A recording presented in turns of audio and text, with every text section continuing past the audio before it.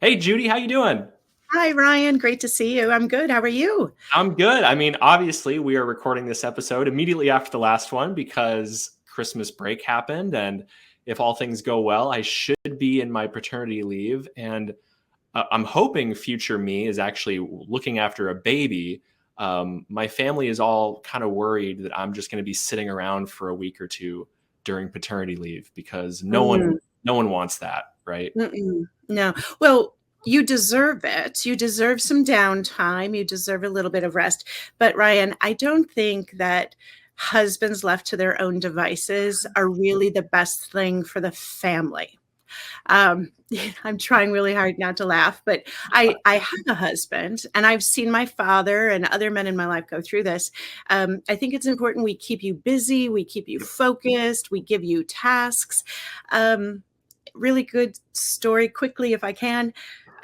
Saw a friend of mine recently who had retired years ago, and I was so pleased to see him. But I was seeing him at a work event, and after we did the catch up, I said, "Hey, I thought you retired." He said, "Yeah, I have to go back to work." And I said, "Oh, and of course in my head thinking, 401k issues, investments gone bad, whatever." He's like, "No, no, no, it's my wife." Um Long story short, he thought he was doing her a beautiful favor by taking out the box that was in the hall next to her purse that she was going to mail that day, which contained a beautiful Chanel jacket. Oh no. And he saw the box and thought he was being helpful and even ran in the house to get the box and ran it out just as the trash truck approached. And then chaos resulted. And that was the last straw. His wife said it was time for him to go back to work. Oh, Yeah. that's amazing. I'm sure that will happen to me. I think that happens to me on a monthly basis. I think I threw something away like a couple days ago, and I tried to kind of walk it back. I'm like, I think we threw that away together. I think it was a joint throwaway Oh, oh, idea. I think we came together and decided to get rid of this. So I can't take the full credit on the throwing away, but I've definitely thrown my fair share of things away. yeah. But yeah, I think in our next episode we should have what is the worst thing you threw away um, ever in your life. I think we I should love that. even, yeah. I So, think I could go back to my wife and ask her. I bet she's got a ready list of the things that I've thrown. Because the problem is I don't remember any of them. they're, well, you are such a unique gentleman. I mean, you don't have any similarities to any other men in my life. I can't believe this. I know the similarities are remarkable. So, all right. So theoretically, we are post Christmas. We are post New Year's. We are coming to you around January 2nd, 3rd.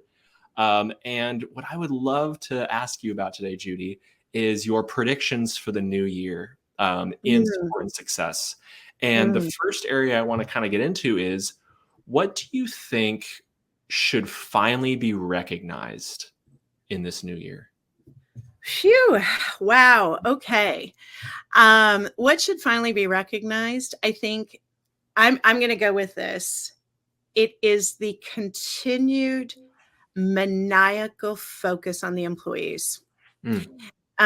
I don't stray far from that answer ever, but I do think in 2024, this this is going to remain a focus. It is going to become more of a focus because just again, the word that we hear thousands of times a day, I guess it's not really a word, AI, right? We read it, we see it, we hear it, it's in every meeting, right? AI is just radically changing everything around us. And yet, the people it changes the most are the employees. And we have to focus there. We have to get our reskilling plans in place because I think, along with AI and the beauty of it, it is bringing a new level of what I'll just call emotional charge, right? And we talked about this maybe a while ago. AI is similar to what knowledge management and self-service did to the industry for a while. People were very afraid of, if I give you that knowledge, you're going to take my job away. We went through that. We still have Mhm. companies who are struggling with it. Yeah. But AI is just doing it in a different way. And the good news is these employees that we have, we're retooling their roles. We're redefining the good work, if you will, and letting AI take this other part.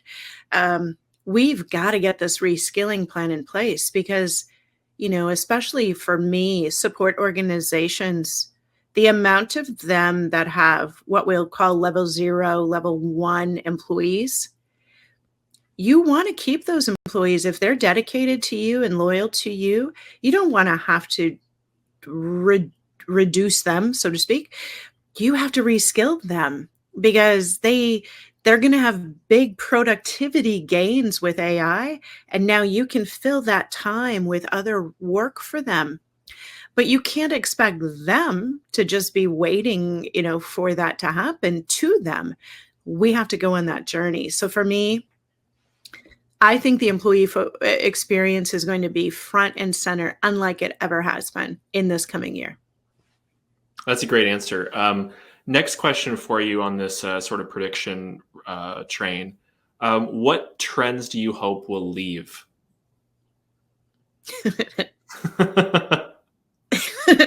Can I go to a different question? No, you know what? There are some trends that need to leave. We need to hire the right roles. We need to look at our technology stack a little closer, a little better. I think that's going to be a continued focus, technology alignment, right? We talk a lot about that at SupportLogic. Mm-hmm. You're never going to find a tool that does 100%. But can you find a tool or a platform that does 80% of what you need? And does it mean you can take out 4 niche tech vendors and consolidate into one? I think this is going to be a huge, huge focus for the industry going forward. But I'm going to say from a support perspective, support, again, you're sitting on all that data, more data-driven decisions, not just decisions based on lack of data. I think support's going to get asked to produce more data, and serve that data up to other parts of the business in meaningful ways. I think we're finally going to stop measuring things that don't matter. Mm. I really do. We have so many metrics out there that we measure, and then you stop and say, okay, what does that even mean? What are you going to do with that particular measurement? I hope that this year is the year where execs and their leadership teams will stand up and say, you know what? We don't get anything from that measurement. I'm going to stop reporting that. But here is what I am going to report to you. Getting to the meaningful metrics. I think that I'd love to see that go away.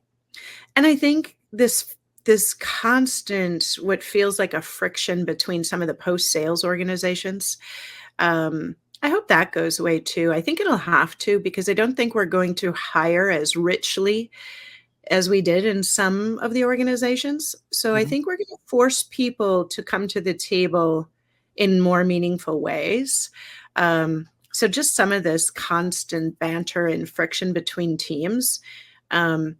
But I do think, again, aligning around the employee experience, the customer experience, putting those together, realizing the impact they have on each other, I think it's actually going to force that to happen a little more naturally as opposed to competition. I think 2024 is going to be a year of better cooperation. Great answer. The new year, I think, is a time for reflection for a lot of people, redoing their goals in life and career. Speak to someone who is, maybe they're a customer success manager, maybe they're a director of customer success. They want to look at 2024 as that next level of their career, of maybe creating a real growth strategy for them. I'm sure that's been a position you've been in the past, of having to make conscious choices of where your career goes at specific moments. What kind of advice do you have for folks that are wanting to do that? Yeah, great question, Ryan. So first off, I hope that everybody who is interested in this question and the answer, I hope you all have your brag jar. And if you don't, 2024 on the first day of, I need you to start a brag jar.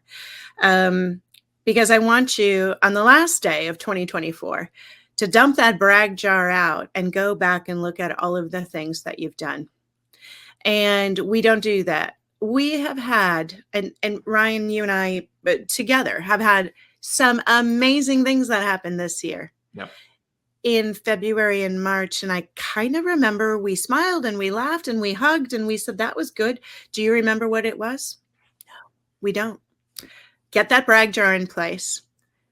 Look back at all of those moments, read them, do it on New Year's Eve when you're watching, the ball drop. But more importantly, if you don't have a mentor or a board of advisors, get that early in the year. Have your people who keep you accountable to what you want to focus on. And, mentorship, it doesn't have to be this heavy, hard thing, but find your mentor, but also find the board of advisors, people who aren't your mentors, but will give you advice in the areas where you want to grow or you want to excel. And again, something that I think is so important, career path doesn't mean just this. It doesn't mean just rising up to the next level. It's this, right? Being a better human, being a better person in general, showing up for your company and your coworkers in meaningful ways.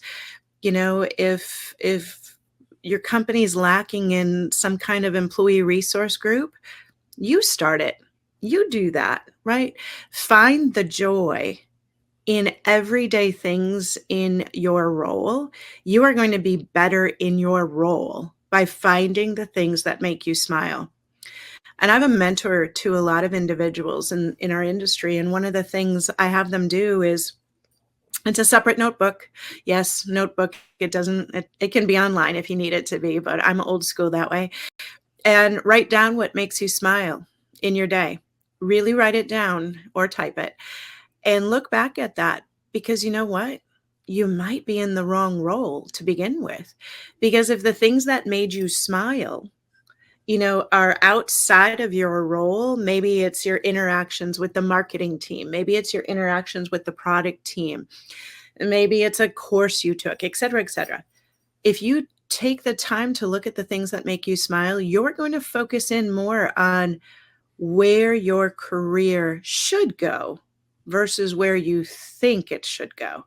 And I think we all get ourselves into that. And I think it's so important. And I'm sorry, find the joy, find the things that make you light up. Because again, life's too short. You don't have to stay in a role that you're not equipped for. God, great advice. I went back to business school a couple of years ago, and two of the big things I learned were two of the first things you touched on. I asked a guy who rose up the ranks at Disney. He was kind of running the park, and then he retired, and then he came to teach this course on operations. And I kind of asked him, how did you rise up through Disney? And he talked about every day he would drive home from work and he would think about what thing he had accomplished that day. And it aligns directly with your brag jar. Make the practice of every day. What did you do that day? Kind of build that collection, right, of all the accomplishments. Don't try to think that you're going to pull them out of thin air when you're going for that next role, right? Or when you're whatever that stage is. So completely agree with you there. And then this advisors thing. I'm kind of ashamed to admit that the advisor and the board of directors thing is very new to me. It was a concept they talked about in business school. I have an amazing mentor now. I have a couple mentors now. I consider Joe, our CMO, an incredible mentor. He's seen it all. And then I have another mentor as well. That is huge. Go get those mentors. Go put yourself out there is a big one. And then you're so right. In this world of tech, when it comes to following passion, I love that idea of writing down what makes you smile in a day, because you're right. Folks will kind of get into a flow of a certain role. And why does it have to be that role? What is customer success versus product marketing? What is sales versus marketing? People can be really close to where they actually will super excel at and not realize it. So I think that's great advice. Judi, we have about a minute left. Thank you for coming on and giving me your predictions. And we're going to be joined by a guest host for our next episode, and maybe you, the viewer, as well, if you want to come on and chat with us. So Judi, thanks a lot. Happy New Year. Thank you, Ryan. Happy New Year and blessings as you welcome your new baby.